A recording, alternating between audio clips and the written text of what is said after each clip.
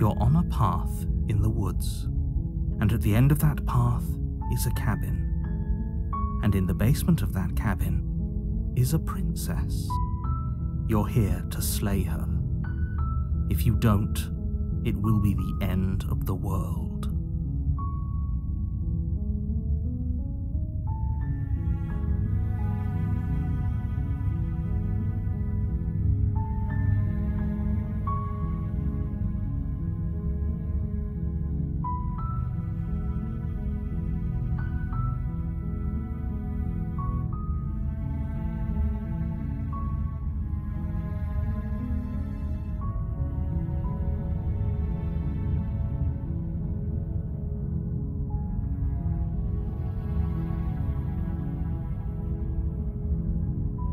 I'm talking about the end of everything as we know it. No more birds, no more trees, and perhaps most problematically of all, no more people. You have to put an end to her.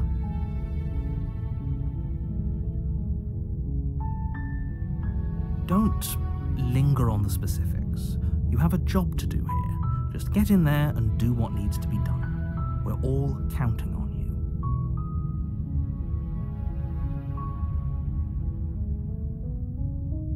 Look, you're already on the path that leads to the cabin. Why would you be here if it weren't to complete a very important task? You've made it this far, you might as well reach the end of your journey.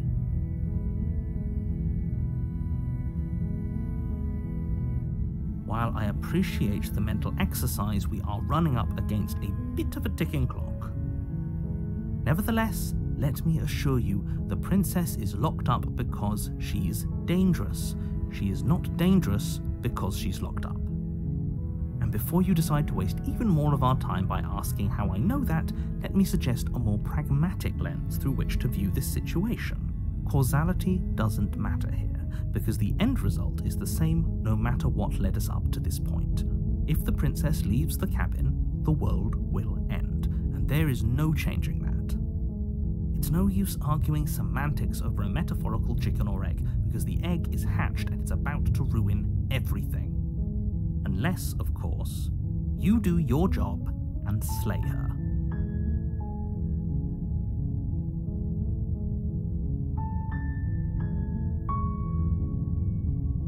Of course I haven't. Why would I even consider that?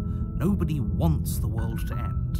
I mean, maybe some people do, like nihilists, or very, very evil people, but surely you're not one of those, right?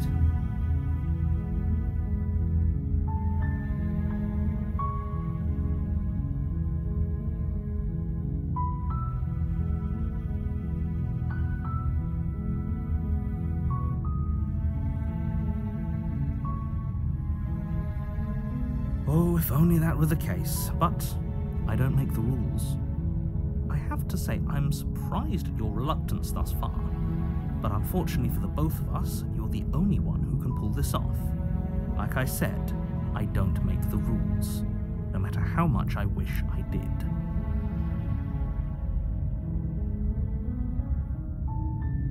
Yes, but you'll have to slay her before you get it.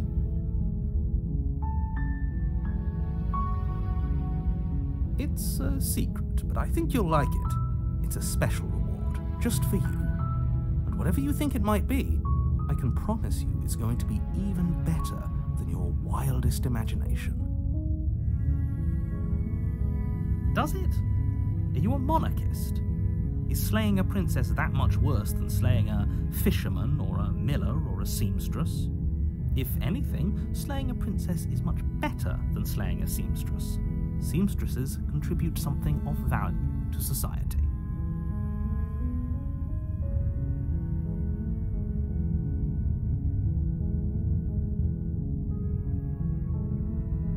Good. As long as you remain focused on your goal, it should all be smooth sailing. You make your way up the short path to the cabin. You'll find the princess within. A warning before you go any further. She will lie, she will cheat, and she will do everything in her power to stop you from slaying her. Don't believe a word she says. We're not going to go through with this, right? She's a princess. We're supposed to save princesses, not slay them. Ignore him. He doesn't know what he's talking about.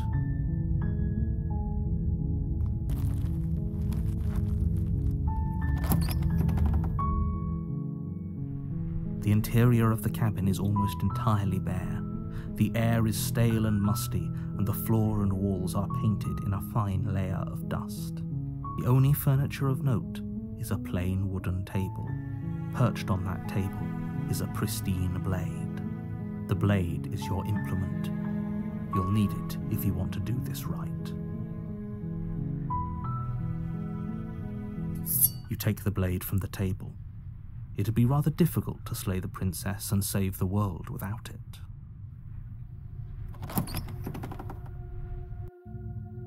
The door to the basement creaks open, revealing a staircase faintly illuminated by an unseen light in the room below.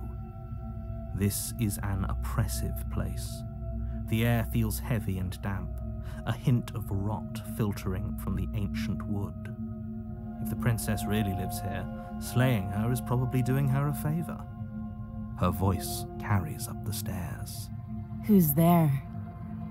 She sounds dangerous. It's almost as if she's the one in charge down here. Don't let it fool you. It's all part of the manipulation.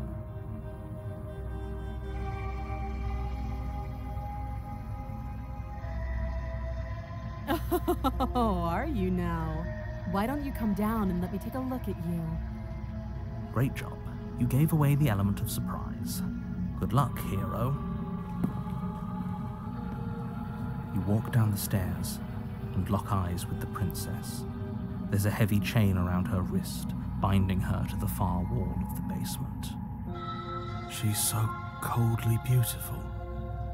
Is she really a threat to the world? Focus on the task at hand. You weren't kidding when you said you were here to kill me.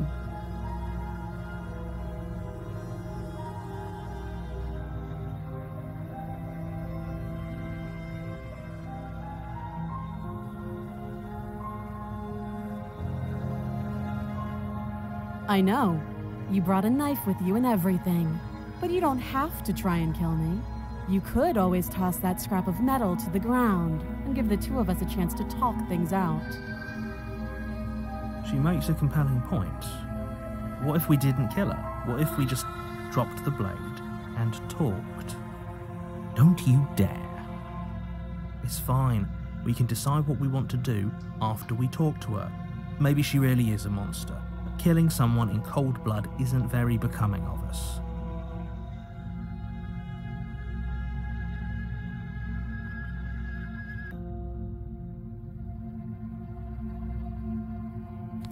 You ignore the trembling in your hands and tighten your grip on the blade. You poor thing. Your hands are shaking. Are you scared of me? Because you should be. You step forward, your grip on the blade tightening as you steel your resolve. Oh? No talking then? Fine. What even makes you think you can kill me? I'm probably chained up in this basement for a reason, right? And if that knife is the only weapon you have, you'll have to get close enough to use it. So, you should just drop it. Best not to risk finding out what I can do. She's unarmed. If you hesitate now, it'll be too late. End this.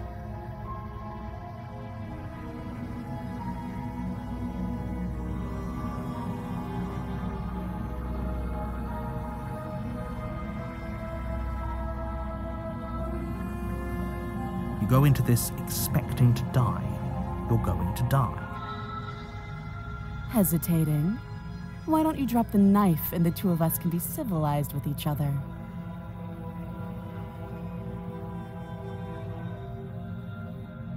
You charge the princess, blade trembling in your hand, but you've already lost the battle. She casually sidesteps your thrust before knocking you to the ground with a single blow from her elbow. We shouldn't have hesitated. But she doesn't stop there. She kicks you a few times for good measure, the pointed tip of her shoes feeling like a pickaxe against your fracturing bones, making sure you stay down. As you lie, Crushed and broken on the basement floor, the princess kneels on your throat with the kind of weight you didn't think her slight frame could possibly possess. As you gasp for air, she eyes you with an intense curiosity. You shouldn't have let that fear creep into your heart. You had the upper hand, and now look at you. Is this really the best you could do? Look at you, completely broken. I'd be lying if I said I wasn't a little disappointed. She applies more pressure, slowly squeezing what's left of your life out of your lungs. This is the end, isn't it? I'm afraid it is. Everything goes dark, and you die.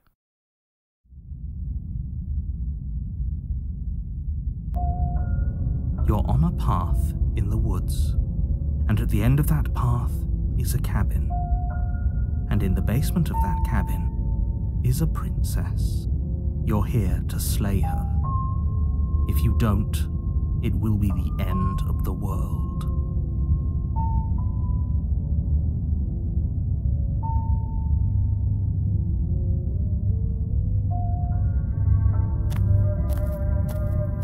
A warning before you go any further. She will lie, she will cheat, and she will do everything in her power to stop you from slaying her. Don't believe a word she says. We might as well just pledge ourselves to her and stop pretending we're capable of doing anything in this situation. She probably doesn't even need to try to overpower us. Can we tone down the pessimism just a smidge? I'm not being a pessimist. I'm just being realistic. You're being annoying. Just ignore their bickering, and whatever you do, don't pledge yourself to her. I cannot stress enough how absolutely catastrophic that would be for everyone, yourself included. I agree. If she's wrongfully imprisoned, then we should rescue her, but if he's telling the truth, we shouldn't just hand her the world on a silver platter.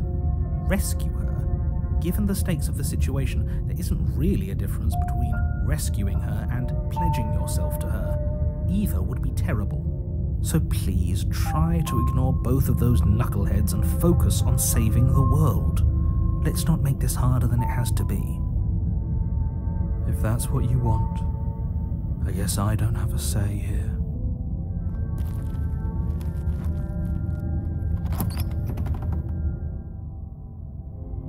The interior of the cabin is larger and more grandiose than its humble exterior would suggest. The only furniture of note is a massive marble altar with a pristine blade perched on its edge. The blade is your implement. You'll need it if you want to do this right. Why do we feel so small? We don't feel small. We are small.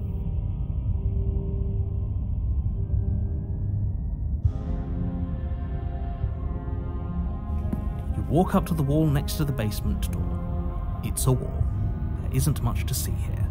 What are you talking about? This isn't a wall. It's a mirror.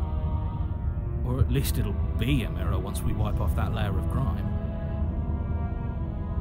You reach forward and rub your hand against the cabin wall. I hope you know how ridiculous you look right now. We should count ourselves lucky. Some things are better left unseen. You take the blade from the altar. It would be difficult to slay the princess and save the world without a weapon.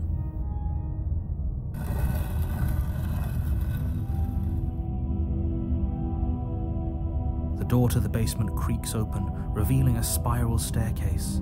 Its steps almost as deep as you are tall. The smell of incense drifts up from below. For a moment, you almost feel at ease. This is actually kind of nice. It's still a stone basement. If the princess lives here, slaying her is probably doing her a favor. Her booming voice rolls up the stairs. Is that a guest I hear? Don't linger on the stairs. Come down and witness me. You weren't kidding when you said it was booming. She wasn't like this last time. We need to get down there. She wants us to see her. We need to see her. Should we be worried about your sudden change in attitude? Just a few minutes ago you were going on about how pointless everything was. Now you want to go down there. It doesn't matter what that little voice says. He's not the one making the decisions. Though if his ramblings get you to the princess, they get you to the princess.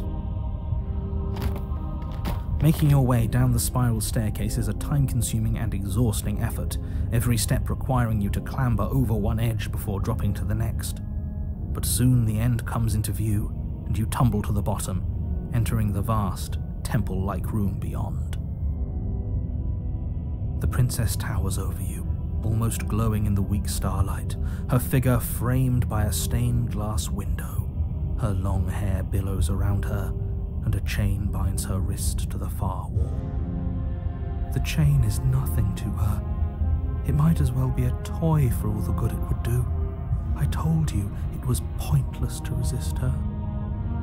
The little bird has returned to me. I wonder what he wants. You brought that knife again, even though you know it's useless. Such charming audacity. Drop it. The blade slips from your fingers and clatters uselessly to the floor. We didn't have to do that. And yet you did. She's so much more than us. You wouldn't understand what it feels like to be in her presence. Oh, I understand what's going on, and you'd better snap yourself out of it. Kneel. On her command, you fall to the floor, knees painfully connecting with hard stone. That's my good little bird. Now, why don't we talk? The last time we met, you couldn't even scratch me. And yet here you are again, trying to succeed where you've already catastrophically failed. What draws you back here beyond the empty halls of death? Speak. The last time we met, nobody should have met her before this. You should be the first. You're the only one I'd trust to deal with her. Then you shouldn't have trusted us. There was nothing we could do to stop her then, and there's nothing we can do to stop her now. He's being melodramatic, but yeah, we've been here before, and she absolutely destroyed us. What are we even supposed to do to stop her? That's worrying. Whatever you do, don't tell her why you're here. It's best not to give her any ideas.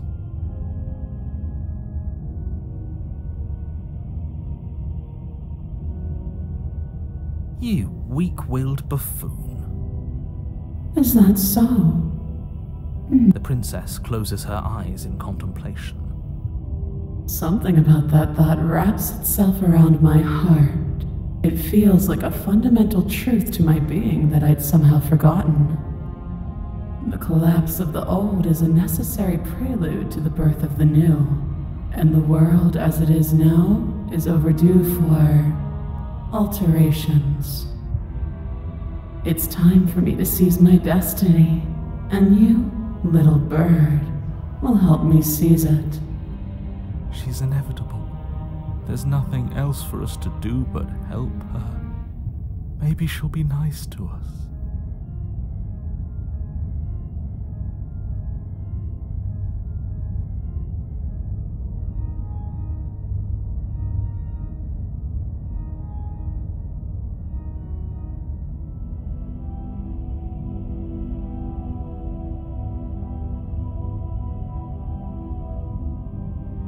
This isn't about desire.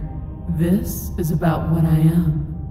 And I have little interest in discussing destiny with one that cannot see the divine truth that shines in my heart.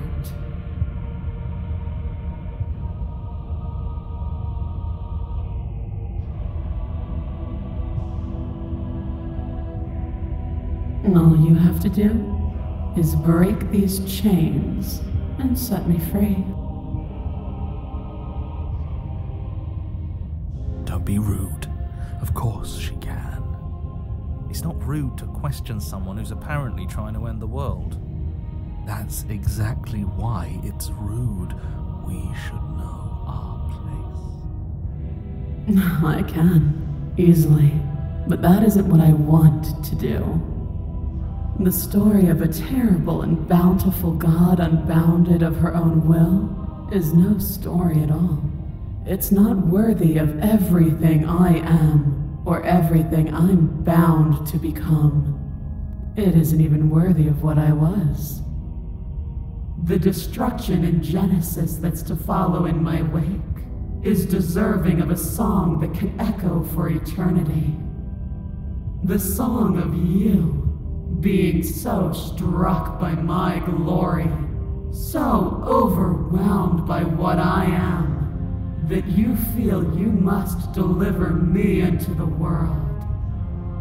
And from your act of utter devotion and submission springs a new dawn, a better dawn. Submit now, submit later. It makes no difference. Because in the end, no matter how vainly you struggle against me, my will triumphs over yours. Know the limits of your privilege, little bird. There's an empty place at my side for you to fill, if you'll have it.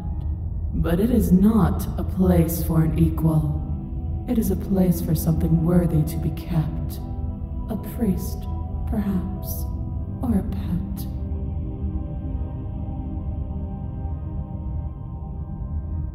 Your will was so easily broken. Am I that magnificent? All you need to do now is break my chains. If this is what you want, then I guess there's not much else for me to say. No, you can't just give in to her. Not when the stakes are so high. Not when you're so close. I won't let you do this. There's still something in the way. A greasy film inside of you where it doesn't belong, trying to conceal you from me. Is that a person? No, it used to be a person. It's something different now. An echo. Is she talking about you? That's impossible. She's not supposed to be able to interact with me. You're a small one, aren't you? A shriveling little worm stretched beyond its limits, trying to control things that it can't understand. No. What are you talking about? I don't care what you are. You're mine. Ah! Rise, my little bird. Without hesitation, you're brought to your feet. Break my chains. And how are we supposed to do that? All we have is a blade. All you need to do is believe it's been done.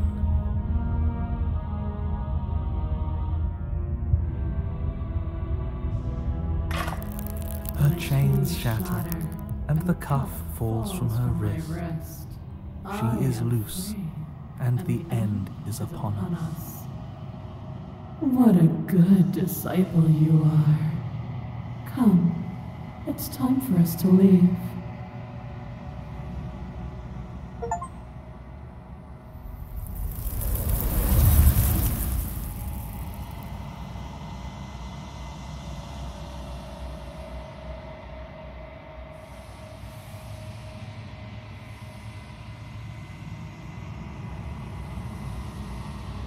She's gone. Where did she go? Should we try and find her? And there's that mirror again. Why is it here? Why now?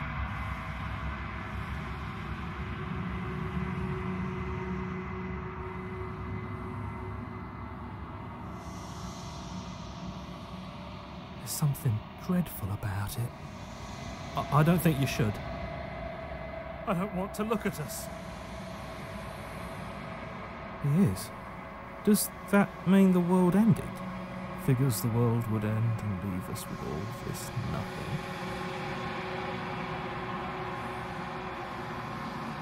You're right. She's gone. It's just us and that awful thing. I feel anxious. Does anyone else feel anxious? I'm begging you, don't do this.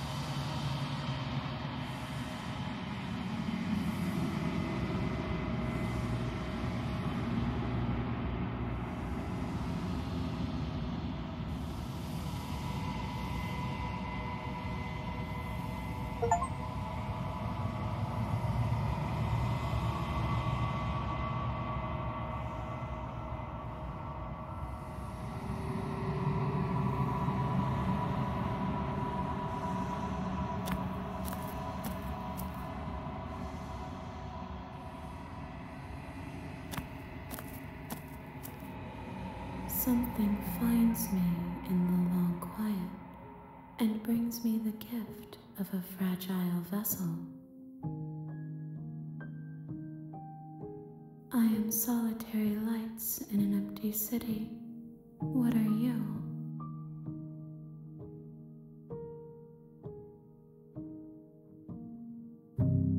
I think that you are like me. We are oceans reduced to shallow creeks. Yes, nerves and fibers to feel the worlds beyond, perspectives to make my own. This one is dominance, a figure capable of bending everything to her will. She will make for a terrifying and divine heart. Do not mourn her, for she would not be able to mourn you. How can the world have ended if we are talking?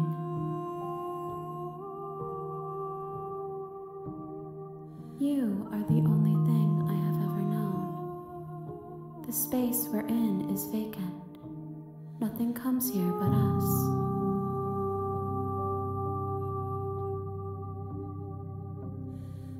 I have only just now stirred to consciousness.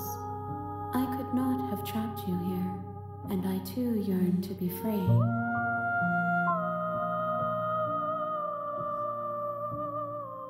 I know only that they are.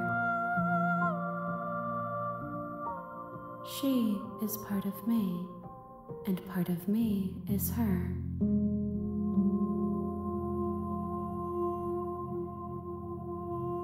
You speak in circles. Does it matter where one thing begins and another ends?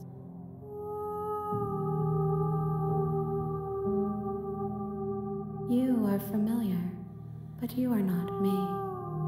I feel sadness, longing, hope as I witness you.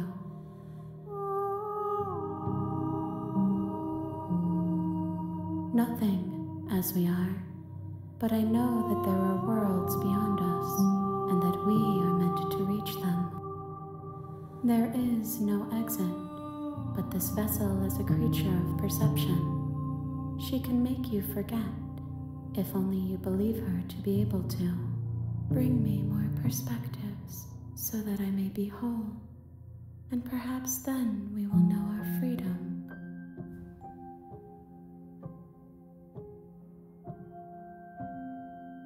I have not lived. I am not afraid to die. Everything until we meet again. More than you have found, but less than there are to find. I am infinite. The rest will find their own way home.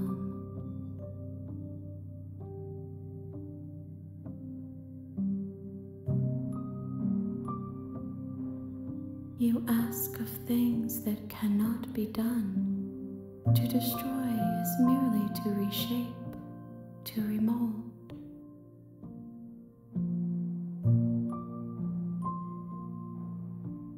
How can I know? I am flickers in something sprawling and unilluminated.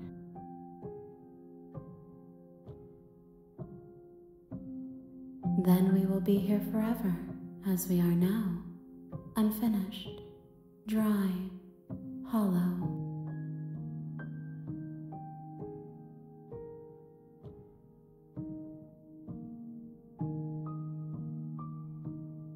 She asks that I tell you to remember her. You won't.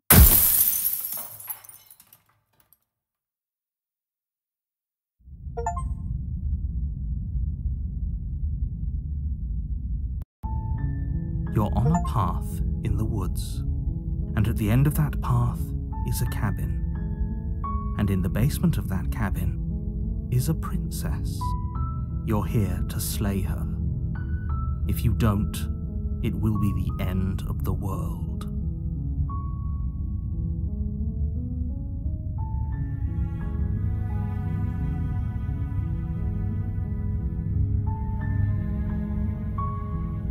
That's the spirit. You make your way up the short path to the cabin. You'll find the princess within. A warning before you go any further.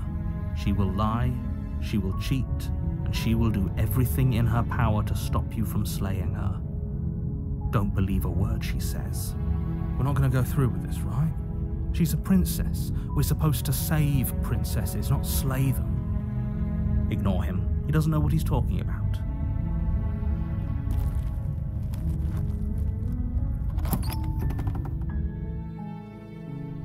The interior of the cabin is almost entirely bare. The air is stale and musty, and the floor and walls are painted in a fine layer of dust. The only furniture of note is a plain wooden table. Perched on that table is a pristine blade. The blade is your implement. You'll need it if you want to do this right. You take the blade from the table. It'd be rather difficult to slay the princess and save the world without it.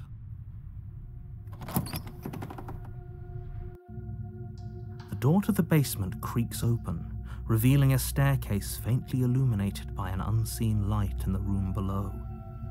This is an oppressive place. The air feels heavy and damp, a hint of rot filtering from the ancient wood. If the princess really lives here, slaying her is probably doing her a favor. Her voice carries up the stairs. Who's there? She sounds dangerous. It's almost as if she's the one in charge down here. Don't let it fool you. It's all part of the manipulation. Good. You're still listening to reason. You walk down the stairs and lock eyes with the princess. There's a heavy chain around her wrist, binding her to the far wall of the basement. She's so coldly beautiful. Is she really a threat to the world? Focus on the task at hand. And there you are. Are you here to kill me or something?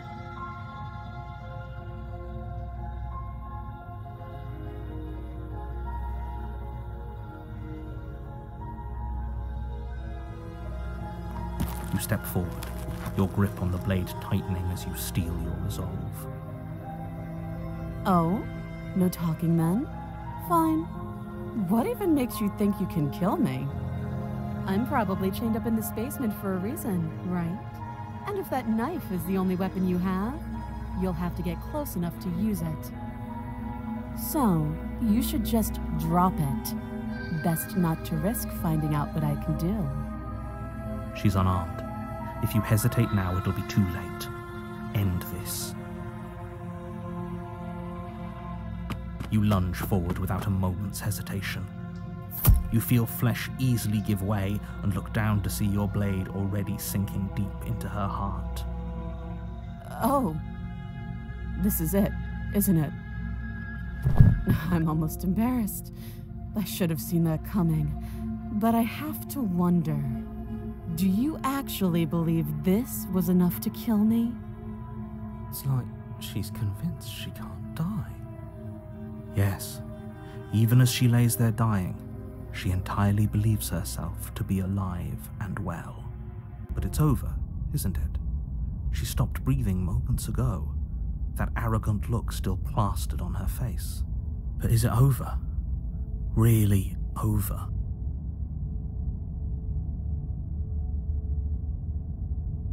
Yes, exactly. It's over. With your work done, you make your way back up the stairs, closing the door to the basement behind you. Why do I feel like we've done something terrible? You did kill someone. Greater good or not, something would be very wrong with you if you didn't feel at least a little bad. But it was for the greater good. One of these days that will sink in and help ease your guilty conscience. But that day isn't today. Let's just get out of here. You open the cabin door, ready to return to a world saved from certain doom. Only, a world saved from certain doom isn't what you find. Instead, what you find is nothing at all. Where a lush forest stood mere minutes ago, The only thing in front of you now is the vast emptiness of some place far away. What happened? Everyone is fine. It's just that you and the cabin are now far away from them. Don't worry. You'll be safe here. This is good.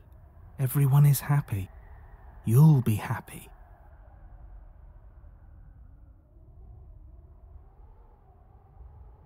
This isn't an ending.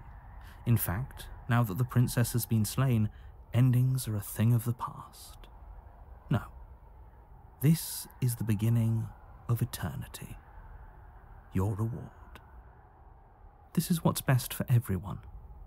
Trust me. Time passes. You can't be sure if it's days or months or years or even decades.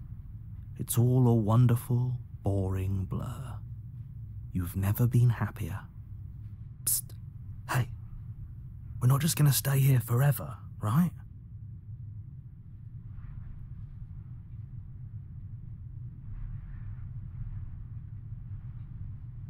Really? Well, if you ever change your mind, just let me know, I guess.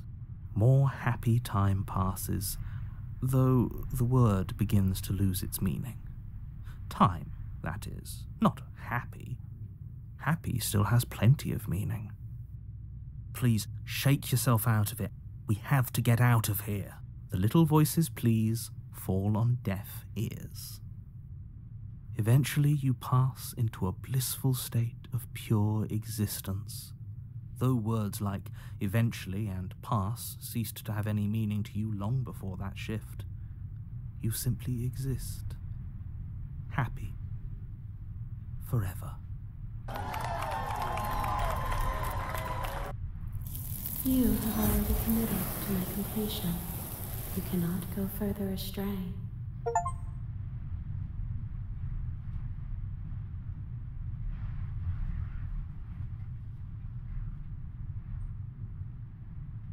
Good, because I have an idea to get us out of here, though you're probably not going to like it. The blade. We can use the blade to get out of this. I can hear everything you say, little voice. There's only one thing it would want you to use that blade on, and I'm afraid that thing is you, dear hero. He's right. It's the only way out. Do you hear that? It wants to take this happiness away from you. It wants this wonderful place to end. Do you not? There's more for us to do, and the only way for us to do it is to take that blade and use it. Don't you dare.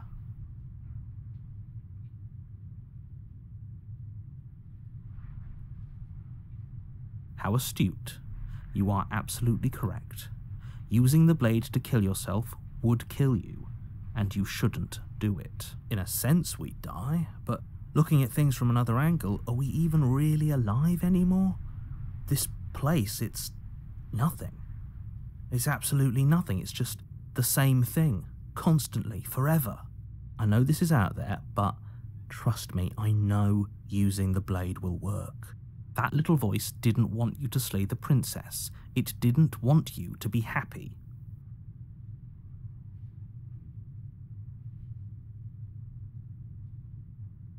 If we die, you can yell at me all you want. I made this happy little place for you. Is this not a good enough reward for saving the world? An eternity of bliss? You ingrate? Fine, whatever. For the first time since time stopped meaning anything, you throw open the door to the basement and walk down the stairs. The princess's body is dust and bones, though the blade you used to slay her is still as pristine as the day you first held it. You pick up the blade, you stab yourself, and you die. The end. Nice knowing you.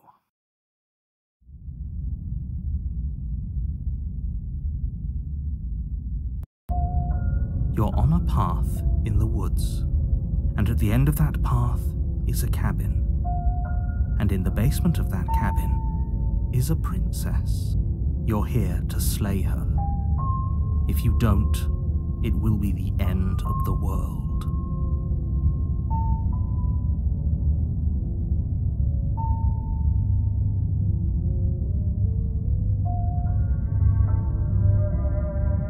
assure you that you're not dead.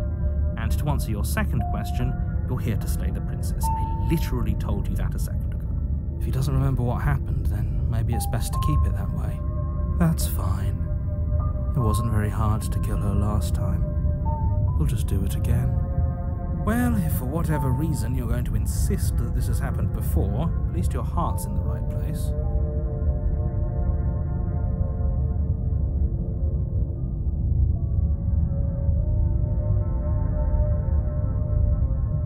Those are two very different questions, but fine, I'll indulge you if that's what it takes to get you moving.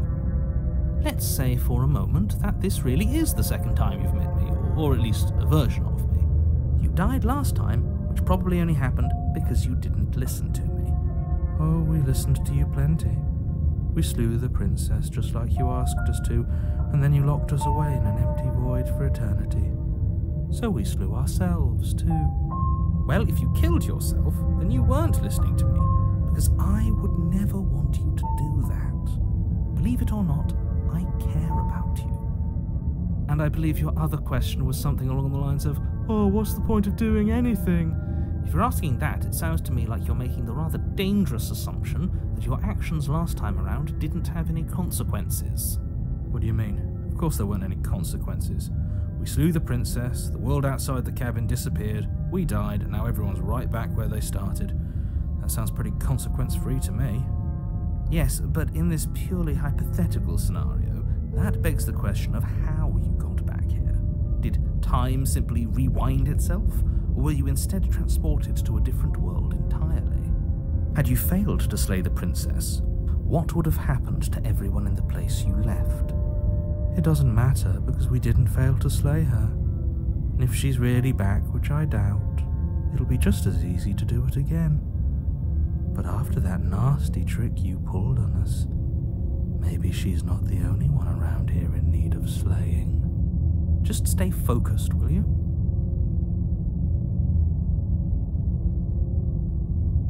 Oh, do you think there's something else out there? All right. Let's see what we can find. It's bound to be more interesting than doing the same thing over again. Seriously? You're just going to turn around and leave? Do you even know where you're going?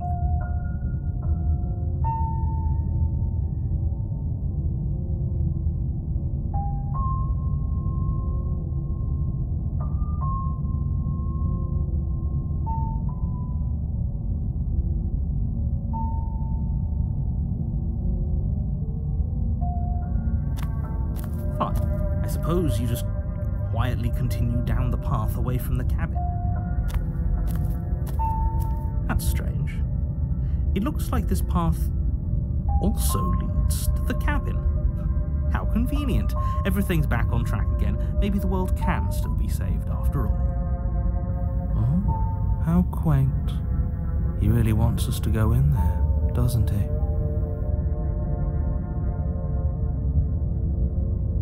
That's great to hear. As long as you bring that fiery attitude to princess slaying, I think this will all resolve splendidly.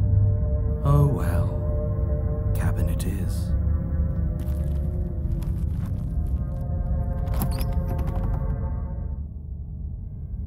The interior of the cabin is cold, a soft odour of dirt permeating the air. Cobwebs flutter in the corners. You can hear wind whistling outside, banging the shutters against the windows. The only furniture of note is an elegant antique table with a pristine blade perched on the edge. The blade is your implement. You'll need it if you want to do this right. It feels like no one's been here for a long, long time. Like I've been saying, she's dead. We killed her already. That's because there isn't a mirror. There's a table, the blade sitting on the table, and the door to the basement. There's nothing else in here. There's definitely a mirror. There isn't. Who cares if there's a mirror? Let's just go into the basement and find her body so we can be done with this.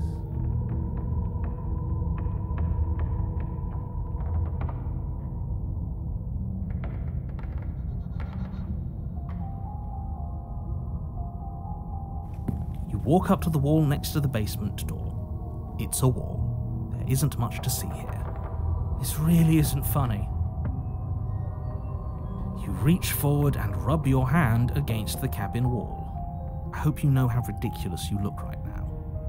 But it was there a second ago, and now it's gone. Let's not spend much longer worrying over it. Clearly it's not even important enough to be acknowledged.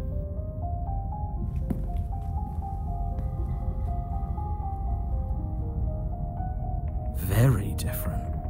Maybe that's because you haven't actually been here. I hope this means you'll finally drop that ridiculous second life proposition. You haven't died.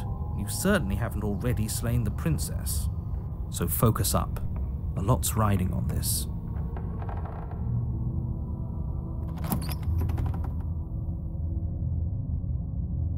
The door to the basement groans open, revealing an old banister and a creaky wooden stairwell. Everything is coated in a thick layer of dust, and you can feel it settle into your lungs as you breathe in the stale air. The very building itself feels dead. If the princess lives here, slaying her would probably be doing her a favor. The room below is silent. Nobody's here. Naturally.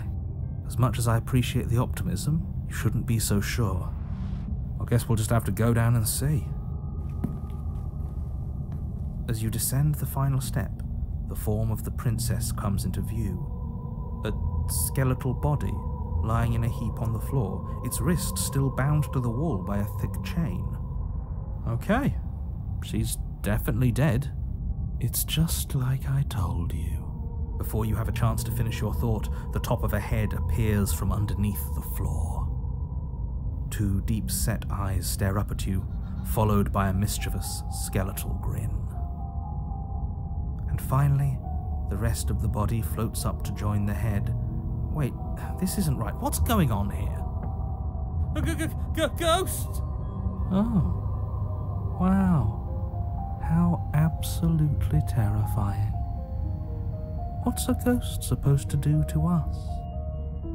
Oh, it's you. Hiya, Keller. I was hoping to see you again.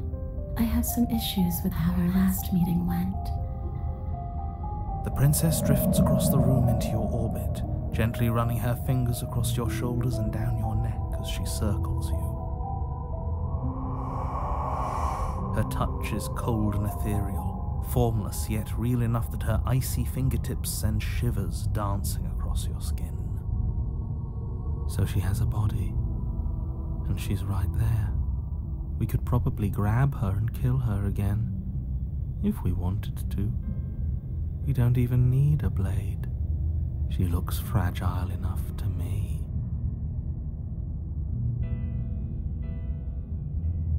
I see you don't have that annoying knife anymore.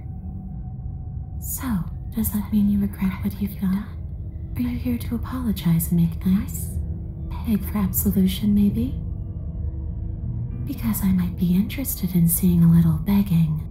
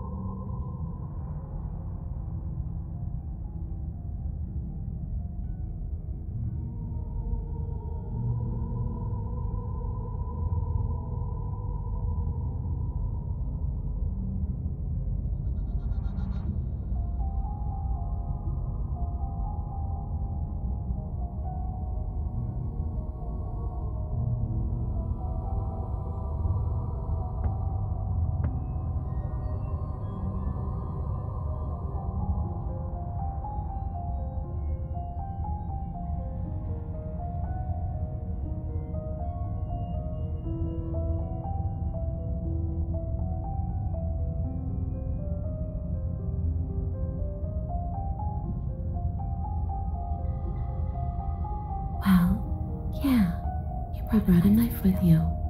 Was I supposed to just welcome you with open arms when you obviously had stabbing on the line?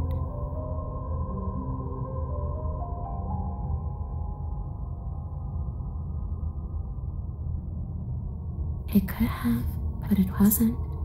You can't blame me for threatening a would-be knife-wielding murderer, especially when that would-be knife-wielding murderer became an actual knife-wielding murderer. Yes, obviously things are strange right now. I think it's safe to say that you've seen something you shouldn't have seen. Whatever worlds you've hopped between, whatever versions of me you've met, none of that matters now.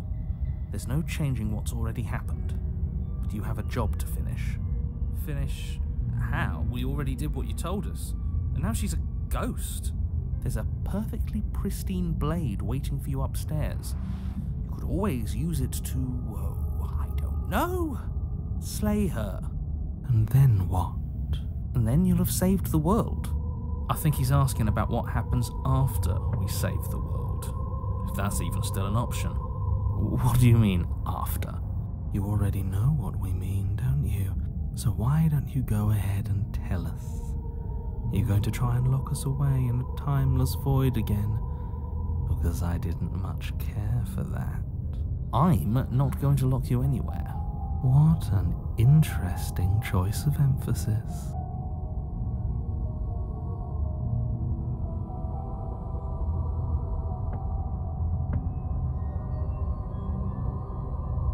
How should I know? Why does anyone come back? Maybe I have unfinished business with you.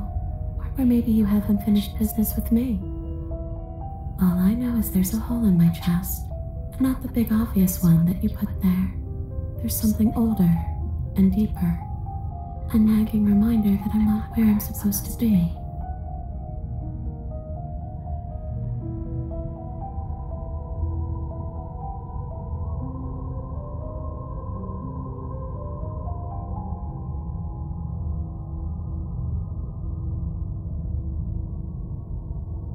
You don't look dead, killer.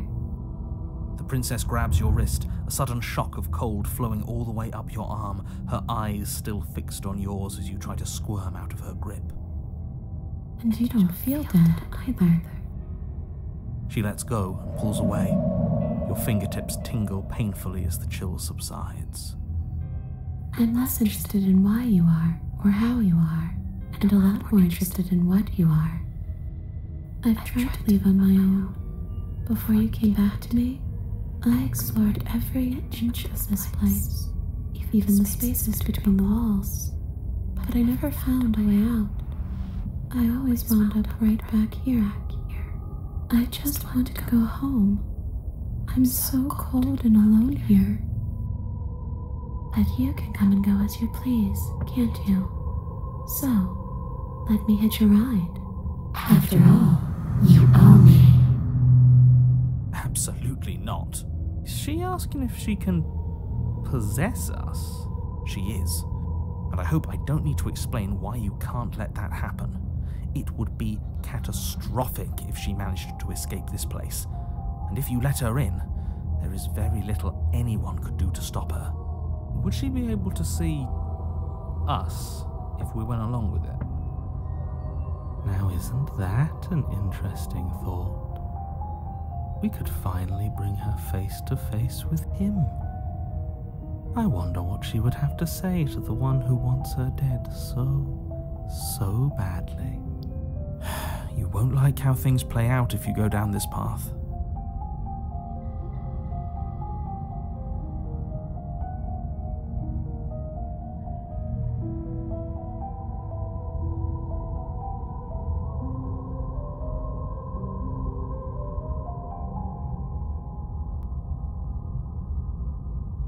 And what?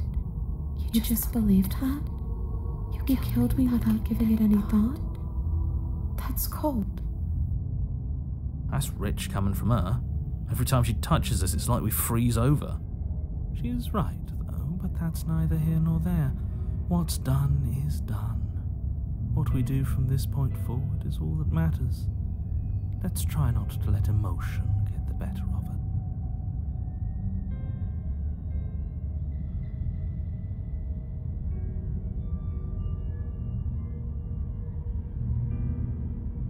I don't know.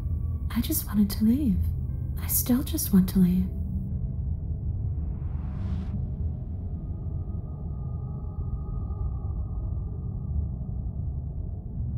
The only thing I've ever wanted was to leave this place.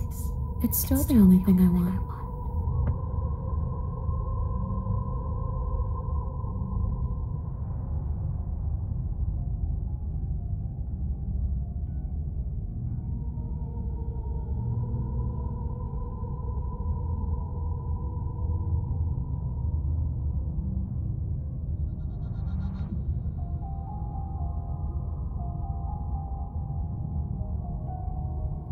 The princess swims through the air in front of you, pausing for a brief moment as her dark-rimmed eyes stare deeply into yours. There's a hunger in her gaze. You're really trying to make it up to me, aren't you? Thanks for being a pal, killer. I mean it. What are you doing? Don't just let her in. How many times do I have to tell you? See you soon. She rushes forward and then she's gone. A sharp chill spreads across your body.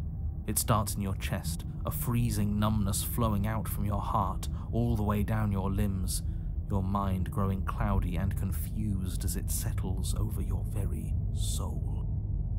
I'm not sure I like this. Can we get a do-over? I'm afraid it's too late to stop now. The numbness gives way to a stabbing pain, your muscles twitching and convulsing violently, each involuntary movement causing more waves of agony to ripple across your body. You collapse to the floor, and everything goes dark. Come on, you. You've got to get up. I know everything feels heavy right now, but we still have to get out of here. Your eyes flick back open as you get your bearings, your vision swimming as... So this is what it's like to be you, huh? Disembodied voice narrating your every move? So, it doesn't work like that for you? Clearly it doesn't, or she wouldn't have commented on it. All these shards of broken glass on the floor, are they also supposed to be you? Hey, I'm not a shard of broken glass, It's okay. You can finish your thought. I'm a voice? I'm me is what I am. Who cares what we are? We exist. That's all that matters. You don't have to fight. We'll all be out of here soon.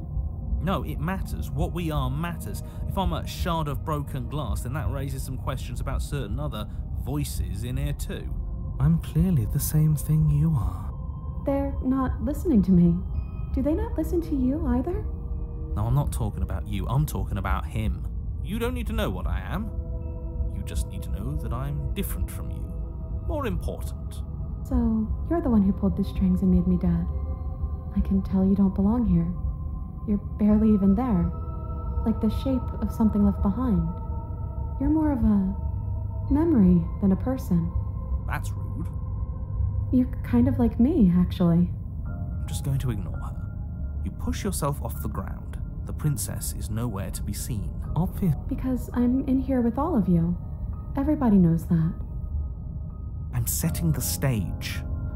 The room is empty because you made a spiteful, idiotic, and all-round foolish decision.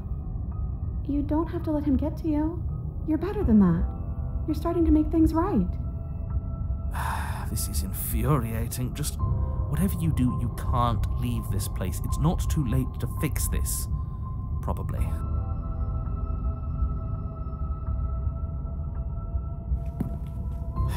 Your legs, weary with the weight of the princess's spectral form and clumsy with the cold that still pervades them, stumble towards the stairs. I'm just trying to get home. You don't have to act like it's the end of the world. But that's exactly what you leaving this place is going to be. You don't know that. I do. Wait, if she has a home to go back to, doesn't that mean that her leaving won't end the world? It doesn't mean that at all. It could mean that wherever her home is, it's outside of the world. Yeah, but it has to be somewhere, doesn't it? And if it's somewhere, then it's part of the world. I suppose it's all a matter of perspective. Where does the world end and something else begin?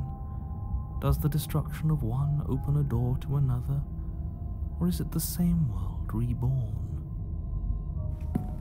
Against the backdrop of the inane conjecture of meaningless little voices, your body continues its ascent up the stairs, staggering through the open door. For how much you hate her, you aren't doing a whole lot to stop us from leaving this place. Maybe the bossy one doesn't actually hate me. Maybe he even likes me. Or maybe he just knows that he's been in the wrong. Maybe he's trying to make amends too. Not at all. I'll have you know that I do hate you, and I will continue to hate you for as long as I am able. It's just the weight of it all. It's too much for me to do anything other than describe and dictate. And whine. This body wasn't made to hold you and the princess. If you want to renege on your cataclysmically terrible decision a minute ago, well, you're the only one that can make that happen.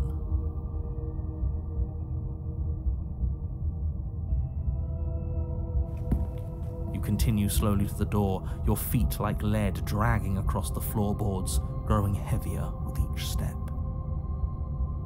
We're so close. Thank you, thank you, thank you. If we get out of here, I won't even care that you murdered me anymore. You lift your shaking hand and rest it on the door handle, but you pause before you open it, exhaustion sapping what's left of your will. Was exhaustion really the best you could muster up? It's over. There's no use stalling. Let's see what happens next. Shit. But exhaustion wasn't enough, was it? The handle clicks as you twist it, and then the door groans open. You collapse to the ground, you and the princess, free from the confines of the cabin.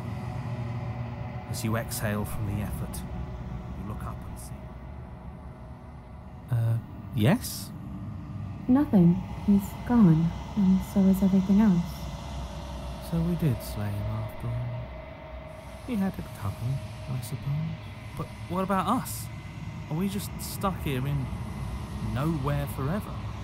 Did taking her out of the cabin really end the world? We're still here. Yeah, but that thing you said earlier, are we not part of the world anymore? Are we in some world that exists after the world ends, or on top of the other world but not in it, or have we never been part of it? Okay, I've heard enough from these two. Let's see if I can pop out.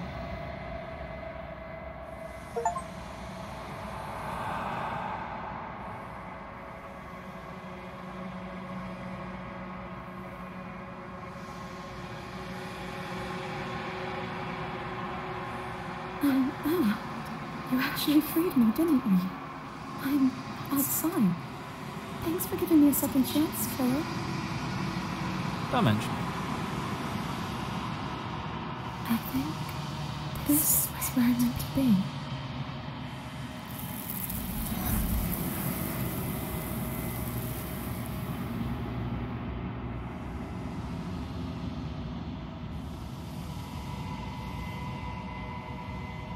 She's gone.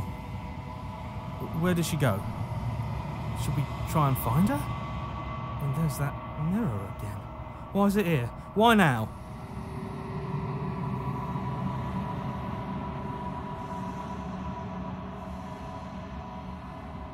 I would have kept them in the dark if I were you. What is that supposed to mean? Whatever awful thing I felt before, it feels so much worse now.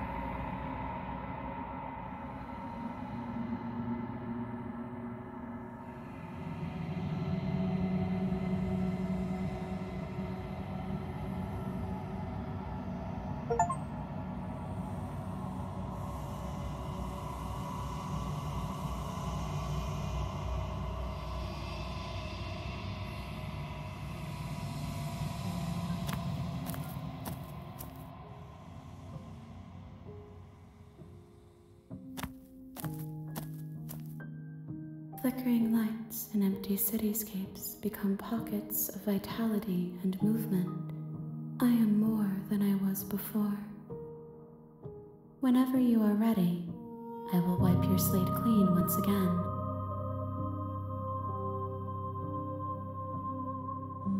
Is a child the same as an infant? I am an unbroken pattern, but every vessel gives fresh perspectives and carves new avenues of expression. I am different, but I am the same.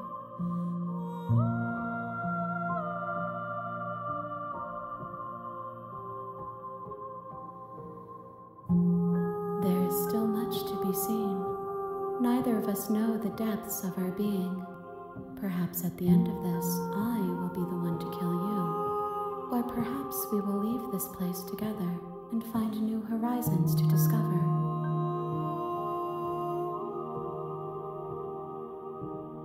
Eyes close in reflection. Perspectives meld together, and the breadth of my experience stretches to new corners. There are contradictions, conflicts in my nature, and there are familiarities that bind everything together. It feels correct. This is what I need to be. This is the only path forward.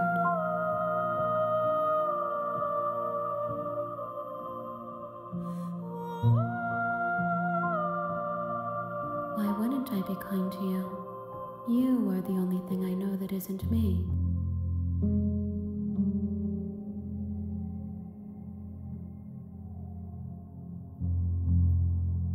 This one is vaporous.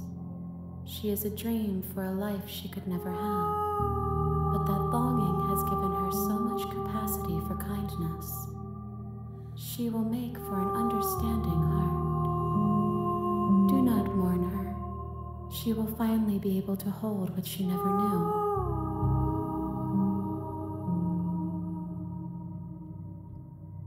If I am to be an ocean, you have nurtured me into a pond. My waters are shallow and murky, and I yearn for more perspective. You will have your rest in due time, and I am sorry for the burdens I place on you.